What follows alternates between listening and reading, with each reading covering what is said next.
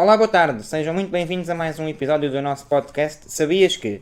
Olá, sejam muito bem-vindos e hoje vamos falar aqui de novamente 3 temas que são bastante diferentes uns dos outros e quero-vos pedir para deixarem um like se gostarem destes temas, se gostam do conteúdo que nós vos estamos a passar e partilhem com os vossos amigos, pessoas que possam gostar também destes temas e... Façam like nas redes sociais, no Instagram. Sigam-nos no Instagram a mim e à Cátia, nós pusemos os links aí na descrição do vídeo.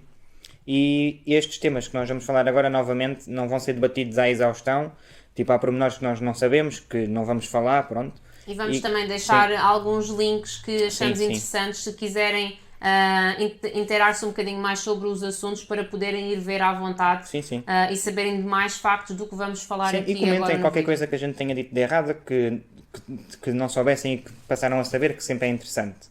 Então qual é que é o nosso primeiro tema? Então, o nosso primeiro tema é aqui sobre as metas que Portugal atingiu para o controle do HIV em 2020. Nós ficámos a saber, no Dia Mundial da Luta contra a SIDA, que é o dia 1 de dezembro, que Portugal tinha atingido as metas que tinha como objetivo. E é importante aqui, só para contextualizar um bocadinho, eu tenho acompanhado o Instagram da ONU Portugal, que há uns 2 meses mais ou menos eu tinha visto uma partilha de uma story da Silvia Vaz Pinto da ONU Portugal, achei interessante e fui ver, comecei a seguir a partir daí, tem imensos temas de várias temáticas, passando aqui A a redundância, exatamente, e é mesmo muito interessante. Portanto, e este aqui, que foi do Dia Mundial da Luta contra a SIDA, fiquei a saber que Portugal tinha atingido as metas do controle do HIV. Só para contextualizar aqui um bocadinho, portanto, aqui a ONU já foi fundada em 1945, portanto, no final da Segunda Guerra Mundial. Portugal entrou apenas 10 anos depois, em 55, e neste momento existem 193 países membros. Portanto, é aqui, a ONU é realmente uma grande globalidade de países que trabalham em conjunto e, mais especificamente na área do HIV, existe uma espécie de ONU específica do HIV, que é a UNAIDS, que vamos deixar também o link aqui na descrição do vídeo, que foi lançada, este programa da UNAIDS foi lançado em 1996, e até porque não quer demais relembrar que o HIV continua a ser uma pandemia ativa. Ainda em 2019 existiram 1,7 milhões de novos casos de infecções e morreram cerca de 6.900 pessoas. Não, 690 mil pessoas. Certo. 690 mil pessoas, ou seja, ainda está bastante ativo. Há cerca de 4 anos, ou seja, em 2016, foi estabelecida a meta dos 390 para ser atingida até 2020. Isto é uma meta global, ou seja, o objetivo é realmente tentar erradicar esta doença até 2030. E a meta para 2020 era a regra dos 390. E o que é que isto significa? Que o objetivo era... A nível global, certo? As metas são para todo o mundo, é normal que cada país depois tenha mais dificuldades de as atingir ou mais facilidade de as atingir. Então o que é que são os 390? Os 390 são conseguir diagnosticar 90% das pessoas que estão infectadas atualmente. Depois, das pessoas diagnosticadas, ter a fazer tratamento antirretroviral 90% dessas pessoas. E das pessoas em tratamento, conseguir que 90% tenham uma carga viral indetetável, o que significa que as pessoas têm uma qualidade de vida igual a uma pessoa sem patologia nenhuma. Portugal não só conseguiu atingir as 3 metas para 2020, como já o conseguiu atingir o ano passado, portanto, Brutal. 2019, em julho. Muito fixe. Eu acho que é extremamente incrível, é mesmo muito bom. Uma coisa que me deixou assim um bocadinho de pé, não foi de pé atrás, mas foi pensativa, foi que eu nem sequer sabia que isto tinha acontecido. Acho que os mídias não divulgam o suficiente este tipo de informações, pelo menos é o que eu sinto. Apesar de eu não ser muito consumidora de notícias, acho que é normal que há sempre coisas que nós vamos vendo que acontecem, e isto eu realmente não fazia a mínima ideia que tinha sido atingido um ano antes, não, porque o Dia Mundial da Luta contra a SIDA é dia 1 de dezembro e foi atingido em julho, portanto foi um ano e meio antes, praticamente. Eu acho que isso é espetacular e devia ser mais divulgado. Também acho que sim. Tu fazias a mínima Não fazia ideia? a mínima ideia. Mas eu também não sigo muito esta coisa de relacionado com saúdes e temas desses, não é muito a coisa que eu ando atrás, por isso se calhar também não encontramos isto antes, não sei. Mas sinceramente não acho. Se calhar até deu nas notícias e nós não ouvimos. Eu não acho que isto seja um tema de pessoas que andem atrás de informações de Não, saúde. eu estou a dizer é tipo. Tendo em conta que é um tema tão global, toda a gente sabe o que é o HIV. Sim, mas eu estou a dizer que se calhar até deu nas notícias na altura e que nos passou ao lado, sei lá. Depois não foi super divulgado nas redes sociais. Acho que há muita coisa que é tão desgastante de ver constantemente nas notícias e em todo o lado, e este tipo de temas que continua a ser uma preocupação global, porque é uma doença que está ativa, continua a matar muitas pessoas, apesar de, felizmente, em Portugal, pelo menos, estarmos a avançar muito bem na direção de conseguirmos evitar, e a meta principal, que é erradicar globalmente a doença, passa por primeiro chegar aos 95% de todas as pessoas infectadas estarem diagnosticadas, estarem a ser tratadas e estarem com carga viral indetetável. Isto porquê? Porque para uma doença ser considerada erradicada significa que não vai haver novos casos de infecção. Portanto, não há novas pessoas a serem infectadas, porque tendo em conta que esta é uma doença que não tem cura, não é? Até agora não tem cura, mas tem um tratamento muito melhor do que há uns anos atrás. Já consegues dar qualidade de vida às pessoas, não é? Exatamente, as pessoas têm uma vida praticamente igual a uma pessoa que não tem patologia nenhuma. Comparativamente a algumas patologias crónicas, se calhar até vivem melhor do que uma pessoa com diabetes ou uma pessoa que teve um infarto. Certo. E então é uma coisa muito boa, porque há uns anos, e não há muitos anos, mas se calhar para aí há 20 anos, ter diagnóstico de HIV positivo era quase um diagnóstico de morte, e hoje em dia as coisas mudaram bastante. E também lá está, já há 14 anos que a UNAIDS começou a tentar que globalmente houvesse acesso, porque a ideia mesmo é que os tratamentos sejam acessíveis gratuitamente no mundo inteiro. E isso é uma coisa que nós também ficámos... Nós temos isso, não é? Em Portugal, os tratamentos são todos comparticipados a 100% pelo Estado, e são tratamentos bastante caros. Os antirretrovirais chegam facilmente aos 2.000 euros por mês, ou até passar esse valor. Mas na realidade sabemos que existem países com mais dificuldades económicas, e então a UNAIDS realmente é uma forma de conseguir contribuir globalmente para ir diminuindo o número de novos casos, sendo que existe um grupo de países onde o foco mundial está mais incidente, que é aqueles que têm mais dificuldade de controlar esta doença. Muito fixe. Mas pronto, passando aqui então ao segundo tema, que é mais aqui a área do Tiago. Não, é um bocado a área dos dois, porque também é relacionado com doenças e saúde, de certa maneira. O segundo tema que eu trago é a visibilidade que os videojogos têm começado a dar a doenças, e neste caso muito específico a doenças mentais, mais específica ainda, a esquizofrenia. E não só, mas sim. Este mais específico foi da esquizofrenia. Pronto. O que é que acontece? Eu joguei um jogo recentemente que se chama Hellblade, e este jogo põe-nos na pele de uma personagem que sofre de alucinações e ouve vozes, e é basicamente esquizofrénica. E o que é que o jogo nos tenta passar? Tenta-nos passar as sensações que uma pessoa que sofre desta doença sente. Este jogo ganhou em 2017 o Game Awards para jogo de impacto, que é um prémio que existe na área dos videojogos. O que é o Game Awards? O Game Awards é como se fosse os Oscars dos videojogos. Ok. E o prémio de Game para Impacto de jogo com mais impacto é para o jogo que sensibilizou ou que trouxe consciência sobre alguma coisa mais durante esse ano que os prémios estavam a decorrer. O jogo mete-nos na pele de uma personagem que, fora o enredo todo que é a história, né, que é ficção, ela passa por ataques de esquizofrenia pelo caminho, em que está a ouvir vozes a dizer que ela pode fazer alguma coisa e que não consegue, vozes que a suportam, vozes que a mandam abaixo, a dizer que ela pode fazer, que ela não pode, que ela consegue, que ela não consegue, vai sofrendo alucinações.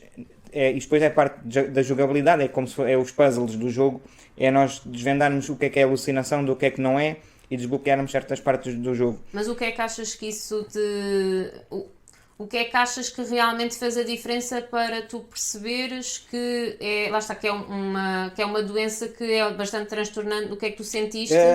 É tal coisa, o jogo faz-nos, pelo menos a mim, fez-me mesmo sentir aquilo que eu acho que eles quiseram que eu sentisse, porque havia alturas que as vozes, eram tantas vozes a falar ao mesmo tempo e a dizer-me coisas diferentes, a dizer à personagem, pronto, que eu em certas alturas já nem sabia o que é que havia É de fazer. desesperante. É quase desesperante, sim. E a parte das alucinações e de ouvir vozes, porque depois o jogo está muito bem feito também a nível sonoro. Tu ouves sons de várias direções e sabes, Assim como se fosse sabes que uma pessoa está sim, mais. está em uma Sim, espécie de, de sabes 3D. uma voz vem mais de um lado, outra vem mais do outro e tu não sabes bem para que lado é que está a desvirar. E há uma certa altura que é quase desesperante e Tu ficas tinhas mesmo aí, ansioso.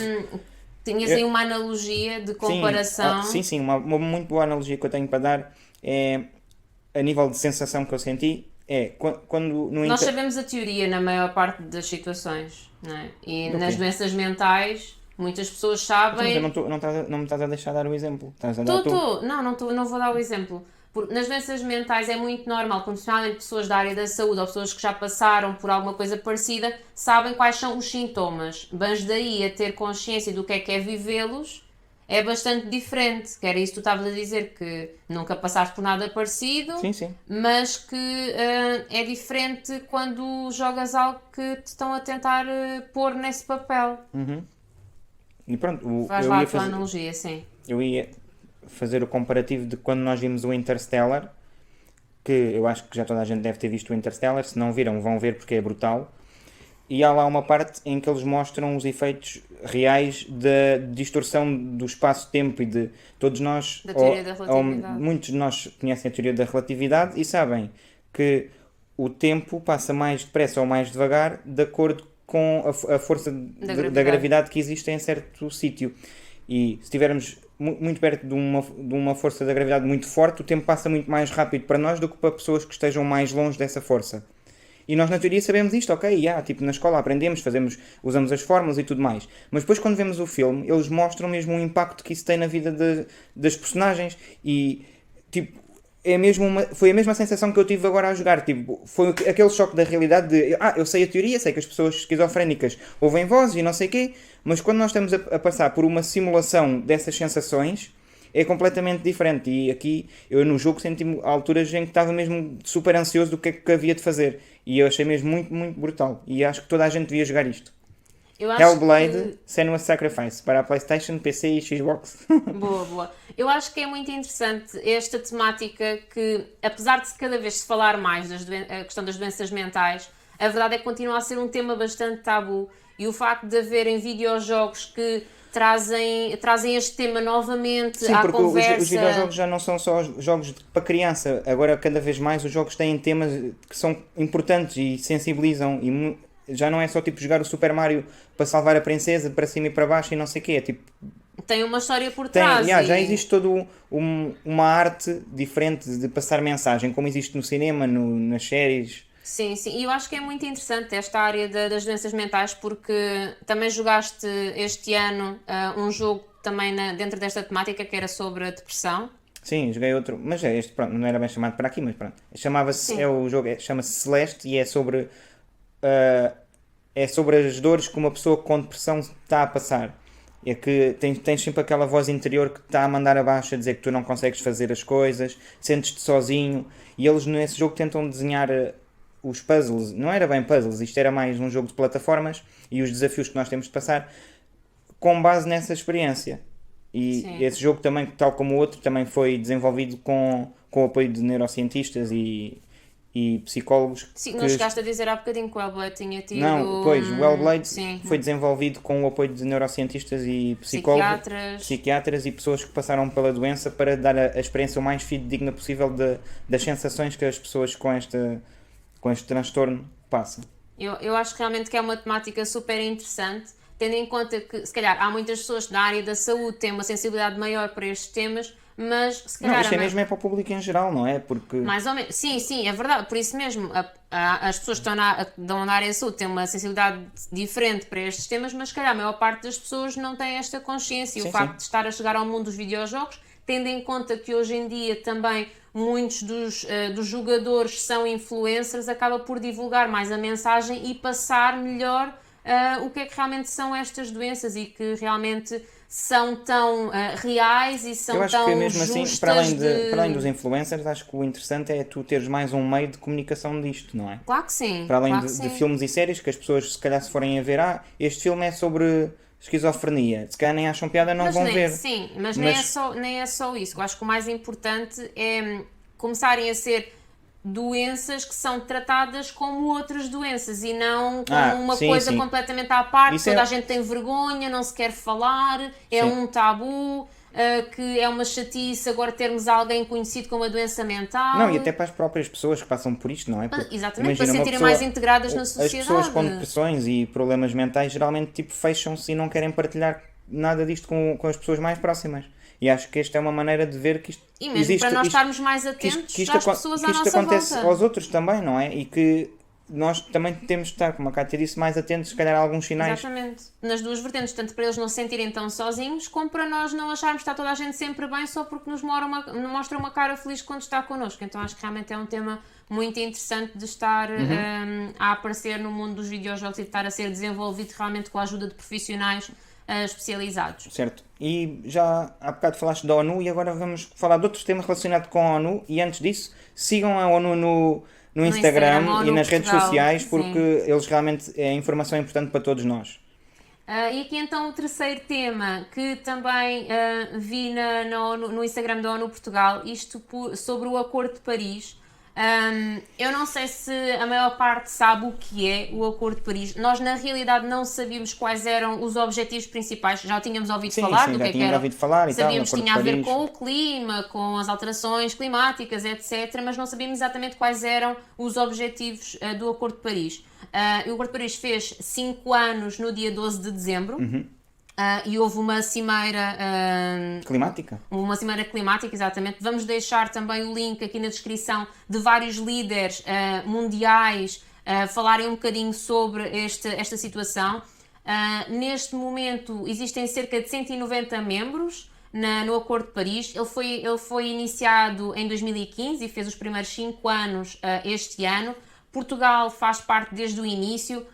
Não sei se sabem, mas lá está, o António Guterres é o diretor-geral da ONU e ele fez um discurso sobre esta situação de alteração climática há pouco tempo que teve alguma notoriedade, foi notícia em alguns sítios e foi por isso também nos chamou a atenção que nós tínhamos visto que tinha sido notícia o discurso dele, fomos ouvir o discurso dele e depois a partir daí também ficámos com mais curiosidade de saber exatamente os pontos que o Acordo de Paris tem como objetivos, exatamente.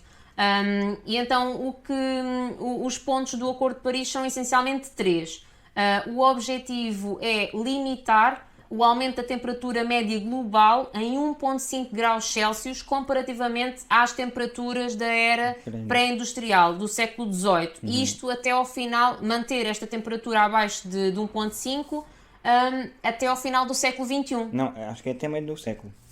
Sim, não, mas a ideia é chegar nunca sim. ultrapassar, mas chegar ao Sim, final sim. do século também, Sim. porque não é chegar a 2050 e a partir daí começar a subir. A ideia é conseguir, Sim, no claro. final do século XXI, não termos passado. O objetivo inicial até era os 2 graus, mas percebe-se que realmente é importante tentarmos que não passe sequer 1,5 graus Celsius, isto de aumento da temperatura média global.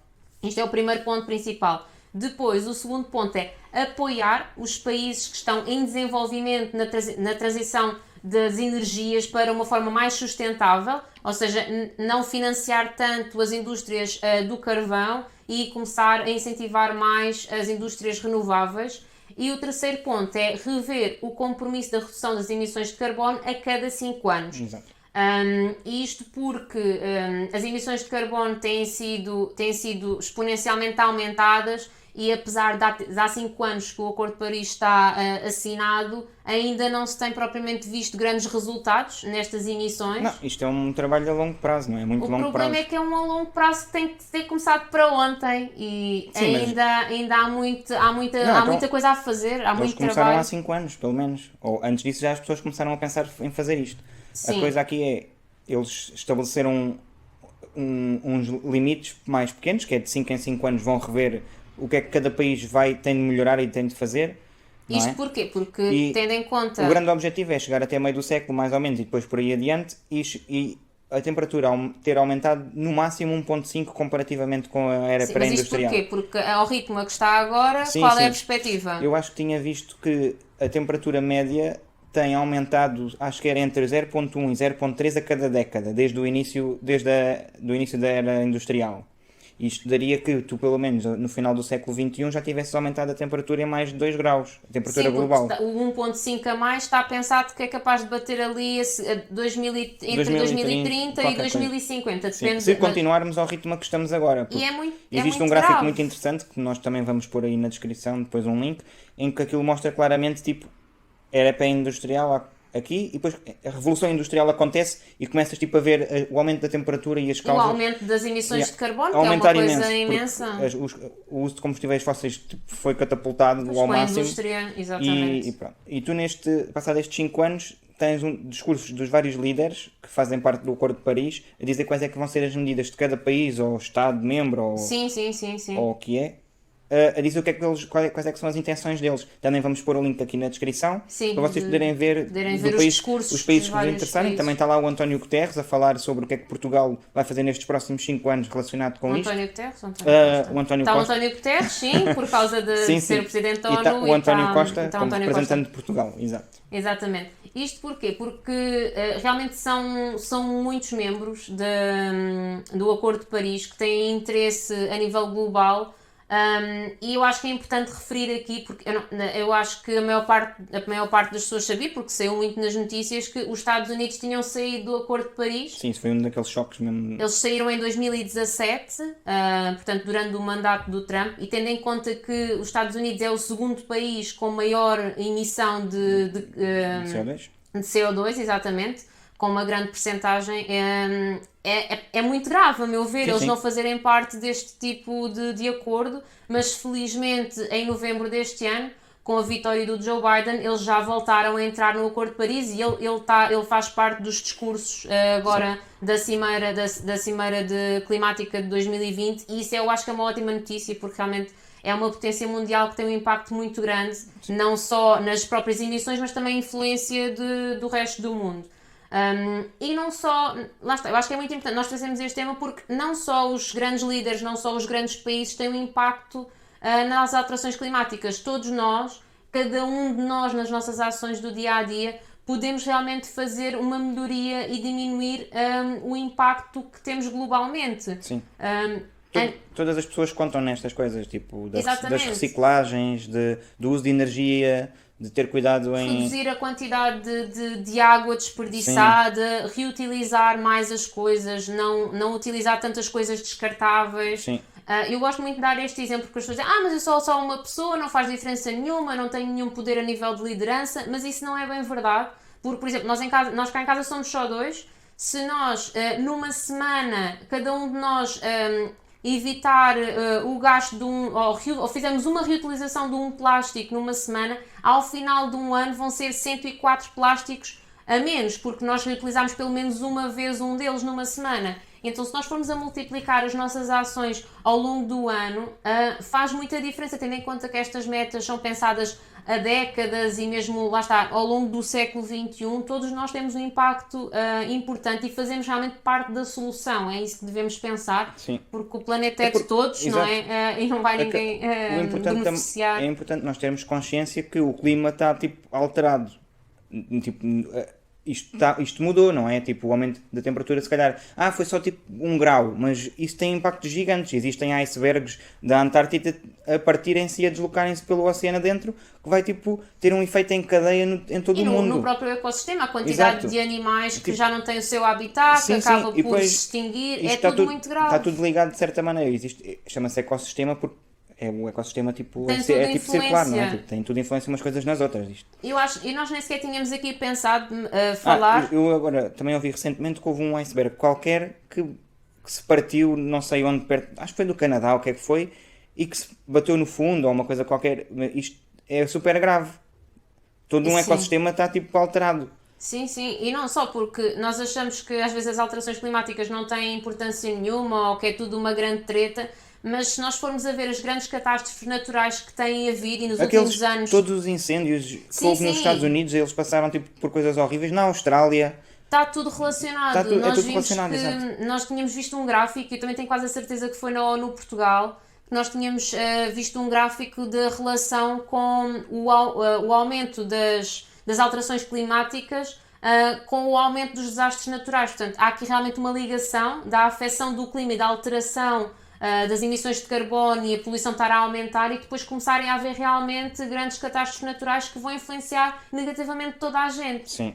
E a coisa é, nós se calhar tipo, no nosso tempo de vida, se calhar nem vamos ver assim grandes impactos, mas temos de pensar nas gerações futuras, os nossos filhos, os nossos netos e por aí afora, o planeta que nós vamos deixar para eles. Isso é super importante e espero que tenham consciência disso. E não, eu acho sinceramente que em nosso tempo de vida ainda, porque se nós pensarmos que 2050 está mais perto do que 2000, eu há uns tempos percebia isso. Não está nada. 2050. Sim, faltam 30 anos e já passaram 20. Então não está mais perto. Pois não, foi a ideia. Para 2050 nós vamos ter o quê? Nós vamos ter 60 anos. À partida de tudo correr bem, vamos estar todos vivos, pelo menos as pessoas da nossa geração. Estás a falar tipo como se toda a gente que está a ver isto e a ouvir tivesse a nossa idade, mas há pessoas que são mais velhas e mais novas. As pessoas da nossa geração, se tudo correr bem, vão estar todas vivas nessa altura e nós vamos ainda estar cá para perceber a gravidade da consequência de não conseguirmos resolver isto em tempo útil. Eu espero sinceramente que não cheguemos a ver essas consequências. Eu espero mesmo que o planeta esteja em condições de continuar a receber novas gerações. Novas pessoas e por aí fora. E pronto, eram estes 3 temas que queríamos deixar aqui. Espero que tenham gostado. Apesar de, eu até acho que são os 3 um bocadinho polémicos. Portanto, polémicos, não digo, mas são... podem deixar... acho que têm muita informação. São controversos, não é? Porque há pessoas que não acreditam numa série destas coisas. Por isso. Sim. E mesmo nas doenças mentais há pessoas que acham que é tudo uma fita. Portanto, por isso, se gostaram, partilhem. Digam para os vossos amigos verem, os vossos inimigos verem. Mas deixem também a vossa opinião. Queremos saber se estão a gostar do formato do podcast. Nós temos chegado com 3 temas, já é o segundo episódio que temos 3 temas. Se gostavam que tivesse mais temas, menos temas, se falássemos menos de alguma coisa, não sei, mais.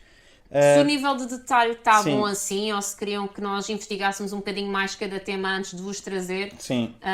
Mas pronto, a ideia é deixar o vosso feedback. Opinião. Sim. Exatamente. E façam-nos seguir a mim e a Cátia no Instagram, que é onde a nossa rede social de preferência. Sim. Nós vamos partilhando muitas coisas partilhando ao longo da semana. Ao longo dos dias, a Cátia é mais ativa aí, mas façam-nos seguir. Há muitos temas que a gente provavelmente partilha só um bocadinho e não desenvolve depois aqui em porque obviamente que não foi tipo do primeiro episódio para este, não foi só estas 3 coisas que nós ouvimos falar, como é óbvio. Só que foi as que nós escolhemos. Foi as que nós escolhemos para desenvolver. E pronto, acho que foi isto. Até à próxima!